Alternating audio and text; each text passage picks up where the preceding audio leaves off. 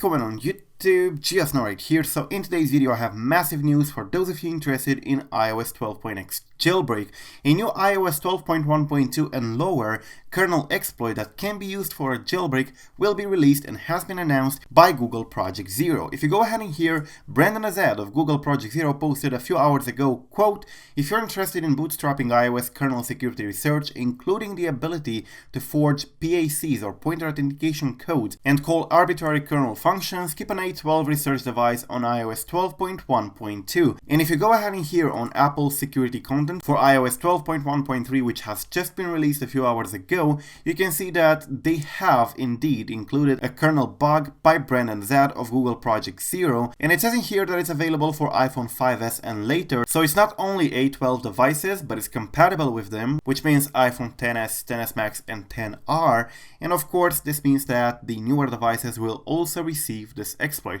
Now if you take a look in here, it says, quote, "A malicious application may be able to elevate privileges." So yeah, definitely what we need. Now there's also one by Ian Beer of Google Project Zero in here, and this one also says that an application may be able to execute arbitrary code with kernel privileges, which is again something we can use in a jailbreak. Then again we have Brandon Azad of Google Project Zero with another kernel vulnerability which says a malicious application may be able to terminate kernel memory layout. So yeah, quite a lot of kernel vulnerabilities that we can use in a jailbreak have been patched in iOS 12.1.3.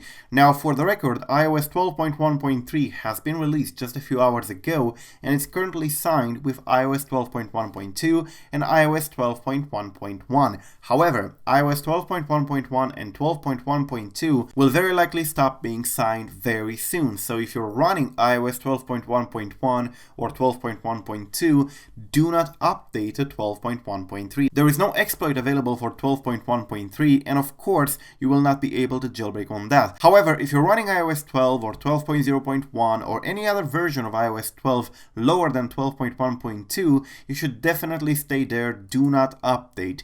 Now as you can see, this is definitely going to be a very powerful exploit and might be most of what we need for an iOS 12 jailbreak. So yes, definitely Google Project Zero saves us again. This would be yet another exploit from Google Project Zero that we use in a jailbreak. If you remember, both iOS 10 jailbreaks and iOS 11 jailbreaks were using Google Project Zero exploits, and apparently iOS 12 will do the same. So yeah, huge thanks to Google Project Zero for releasing them publicly. We're going to wait for Brandon Azad to post his research, and once he does that, a jailbreak development can finally begin. Of course, a kernel exploit is not the end game, but this one seems to be very powerful and also supports the newer devices, which is very important.